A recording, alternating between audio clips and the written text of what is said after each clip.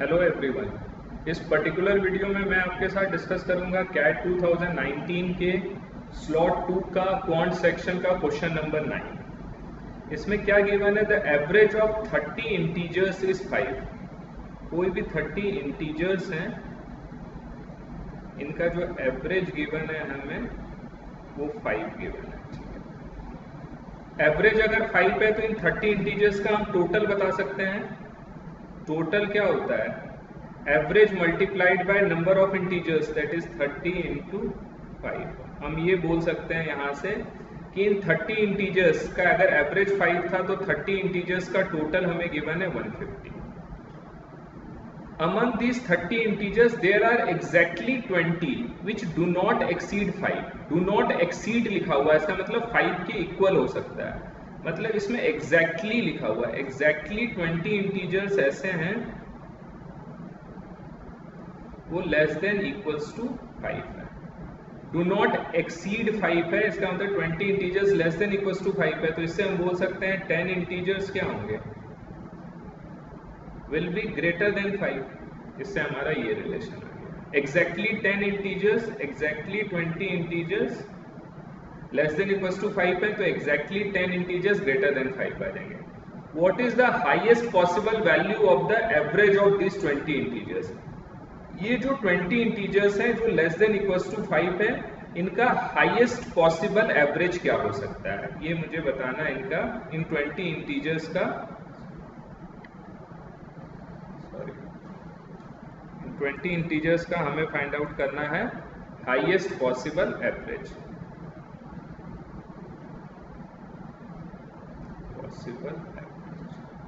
ये मैं देखो, इनका हाईएस्ट पॉसिबल एवरेज कब आएगा? इनके नंबर्स तो फिक्स है। एवरेज क्या होता है? सम डिवाइडेड बाय नंबर्स। कितने नंबर्स का हम एवरेज ले रहे हैं, तो डिनोमिनेटर तो अपना क्या है? फिक्स है। इसकी वैल्यू कितनी है? 20 है। ठीक है, तो अगर इनका हाईएस्ट पॉसिबल एवरेज निकालना है, मतलब हम क्या चाहते हैं? इनका सम क्या है? वो हाईएस्ट हो जाए। अगर सम हमारा हाईएस्ट हो जाएगा तो इनका टोटल भी हाईएस्ट हो जाएगा। तो अगर मुझे पता है इन 30 नंबर्स का सम है 150, ठीक है, और मैं 20 का सम चाहता हूं मैक्सिमम पॉसिबल वैल्यू हो जाए, और टोटल 30 का मुझे सम पता है 150 है। ये किस केस में होगा? जब रिमेनिंग 10 इंटीजर्स का सम क्या हो जाए? मिनिमम हो जाए।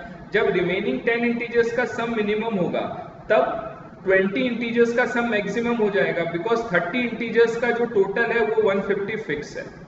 तो अगर रिमेनिंग 10 इंटीजर्स का मिनिमम सम कितना हो सकता है? जब इनका सम मिनिमम होगा तो 20 इंटीजर्स का सम मैक्सिमम होगा। इनका मिनिमम सम कितना हो सकता है?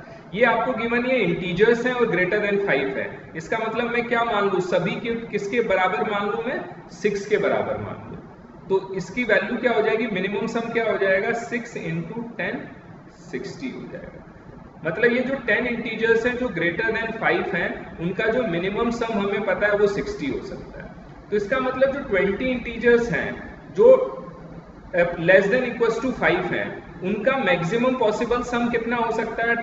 टोटल 30 इंटीजर्स का मुझे पता है सम कितना है? 150 है, और 10 इंटीजर्स का मिनिमम सम कितना है? 60 है। तो 150 में से 60 माइनस कर देंगे तो ये मैक्सिमम पॉसिबल सम आ जाएगा 20 इंटीजर्स का। तो इसकी वैल्यू कितनी हो जाएगी? 90। ये 90 जो है वो मैक्सिमम पॉसिबल सम हो सकता है 20 इंटीजर्स का। तो आप ये अब एक बार सिर्फ आप चेक कर लो। हम सिर्फ यहाँ पर एक ये चेक कर लेंगे कि 20 इंटीजर्स का सम 90 पॉसिबल तो है। ऐसा तो नहीं है कि कोई ऐसे हम 20 इंटीजर्स फाइंड आउट ही नहीं कर पाए जिसका सम 90 हो, क्योंकि ये 90 जो आ रहा है मैक्सिमम पॉसिबल सम की वैल्यू हो सकती है। तो क्या 20 ऐसे इंटीजर्स में फाइंड आउट कर सकता हूं जो लेस देन इक्वल्स टू 5 है, जिनका सम 90 है? तो आप हिट एंड ट्रायल से देखोगे, आप इजीली बता सकते हो। अगर मैंने मान लो अगर सभी को मैंने 5 मान लिया तो 5 इंटू 20 उनका सम क्या हो जाता है? 100। ये पॉसिबल नहीं है, 90 अपने को चाहिए। अगर मैं 19 को 5 मान लेता तो 5 इंटू 19 कितना हो गया? 95। अगेन ये पॉसिबल नहीं है। अगर मैं 18 इंटीजर्स को 5 मान लूं तो 90, ये भी पॉसिबल नहीं है, क्योंकि 20 इंटीजर्स का, हाँ ये केस बन सकता है। अगर मैं 18 को 5 मान लूं और रिमेनिंग दो इंटीजर्स को क्या मान लूं मैं, 0 और 0। तो मेरे पास क्या हो गया, टोटल 20 इंटीजर्स हो गए और उनका सम क्या हो गया, 90 हो गया।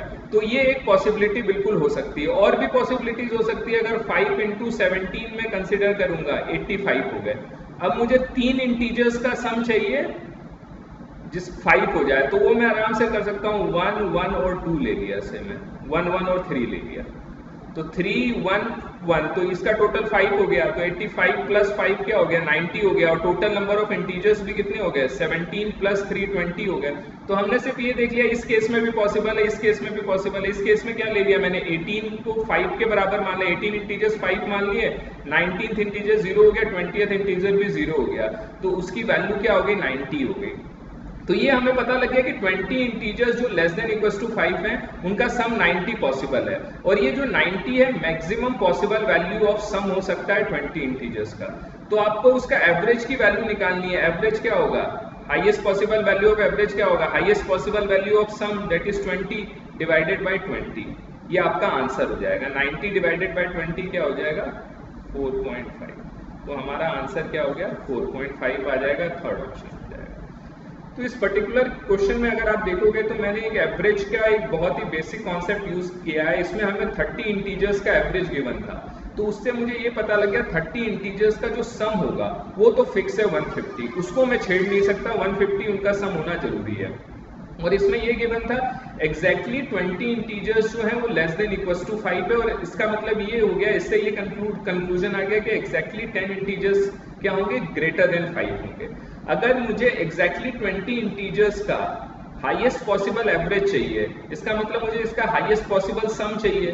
तो अगर मुझे 30 इंटीजर्स का सम कांस्टेंट है, तो 20 इंटीजर्स का हाईएस्ट पॉसिबल सम कब आएगा, जब 10 इंटीजर्स का जो सम हो वो मिनिमम हो, तब रिमेनिंग 20 का मैक्सिमम हो जाएगा। तो 10 इंटीजर्स, 10 नंबर्स हैं, वो सभी के सभी इंटीजर्स हैं, वो <5 हैं, तो उनकी मिनिमम वैल्यू क्या हो सकती है, जब सभी के सभी 6 हो जाए, तो उनका सम क्या हो जाएगा, 10 इंटीजर्स हैं, सभी 6 हैं, तो 10 × 6 60 हो जाएगा। तो जो 10 इंटीजर्स <5 है, उनका सम तो 60 आ गया। तो रिमेनिंग 20 का कितना आ जाएगा, 150 - 60 90 आ जाएगा। ये 90 हाईएस्ट पॉसिबल सम है, तो उनका एवरेज कितना हो गया, 90/20 4.5 हो गया। हमने सिर्फ ये चेक कर लिया कि 90 सम पॉसिबल तो है ना किसी 20 इंटीजर्स का, कोई भी एक कॉम्बिनेशन में हम देख लेते हैं।